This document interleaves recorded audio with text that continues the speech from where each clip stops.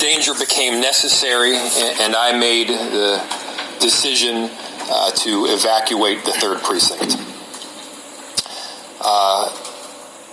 The symbolism of a building cannot outweigh the importance of life, of our officers, or the public. We could not risk serious injury to anyone. And we will continue to patrol the 3rd Precinct entirely. We will continue to do our jobs in that area. And, you know, brick and mortar is not as important as life. Happy to answer any questions on this topic.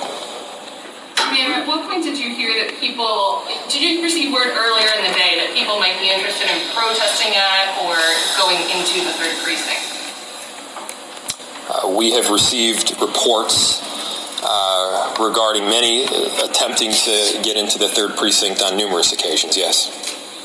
What's your response to President Trump's tweets saying that looters should be shot? Have you seen the president's tweets? No, I have not. Can you? I'd have to bring it up here to quote it exactly. Does anybody else have that up here? Mayor, what's the plan here? What are we doing? With regard to? Clearing the streets. A lot of businesses have been burned down. A lot of livelihoods have been hurt. We have not seen, we see very little police out there just in general at the 3rd and throughout. And I'm just wondering, what is the plan and who's in charge right now in the city? There is a lot of pain and anger right now in our city. I understand that. Our entire city recognizes that. What we have seen over the past several hours and the past couple of nights in terms of looting is unacceptable. Our communities cannot and will not tolerate it. These are businesses, these are community institutions that we need. These are banks that people rely on to get cash, grocery stores that people rely on to get food. These are pharmacies that people rely on to get medicine. They are essential to our community, and we need to make sure that they are protected. And so we are working with our officers right now. We are working, of course, with resources provided by the state. We've authorized mutual aid and a unified strategy so that we can work with different jurisdictions in the area. It was clear as of last night that we needed additional help. And we got that additional help, some from the state, and we are expecting more as well. I'll say this. We additionally need help from our community. We need to make sure that people are looking out for our city right now. It's not just enough to do the right thing yourself. We need to be making sure that all of us are held accountable to make sure that we're holding up the highest ideals that we stand by. Mr. Mayor, there were people out there tonight that were saying things like, where are the police right now? Where are the firefighters right now? Where's the National Guard right now? Those are all fair questions. Where were the police, firefighters, and National Guard to protect that 3rd Precinct and to protect that neighborhood? As you already know, there were more than a few fires that our firefighters had to put out. There were more than a few incidents of looting that our officers had to attend to. We are doing absolutely everything that we can to keep the peace. We have officers that are stationed around the city in several different locations. We have, in many instances, assistance from the state to prevent looting at some of these community institutions that we know will be necessary to get through this pandemic. You know, this is one of the most difficult situations that our city has been through. I'm not going to stand up in here and tell you that there are easy answers to it, because there are not. What I can tell you is that through this pandemic, Chief Arredondo has my 100% support. Chief Friedel and the fire department has my 100% support. We're going to be united as a city. So where is the National Guard and how is it being deployed? Who's got that control? Who's making those calls? So many of these questions you're going to want to direct to our chief, who has been working consistently with Harrington from the state. And many of the National Guard, as I mentioned, were stationed and are being stationed in locations to help prevent some of the looting that we've seen. Like what? Like what stations? Banks, grocery stores, pharmacies.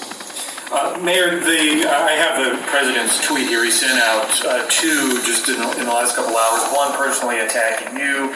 A second one that Can you read it? Just spoke to Governor Tim Walz, and I told him that the military is with him all the way. Any difficulty, and we will assume control. But when the looting starts, the shooting starts. This is the President of the United States tweeting just a little bit ago. What's your reaction to that? What was the other tweet? There was an earlier one calling you a radical leftist and a weak mayor, and to get things under control. And I have it here. I can't stand back and watch this happen to a great American city. A total lack of leadership, says the president. Either the very weak radical left mayor Jacob Fry get his act together and bring the city under control, or I will send in the National Guard and get the job done right. That was the first of two tweets from the president. Well, let me say this. Weakness is refusing to take responsibility for your own actions.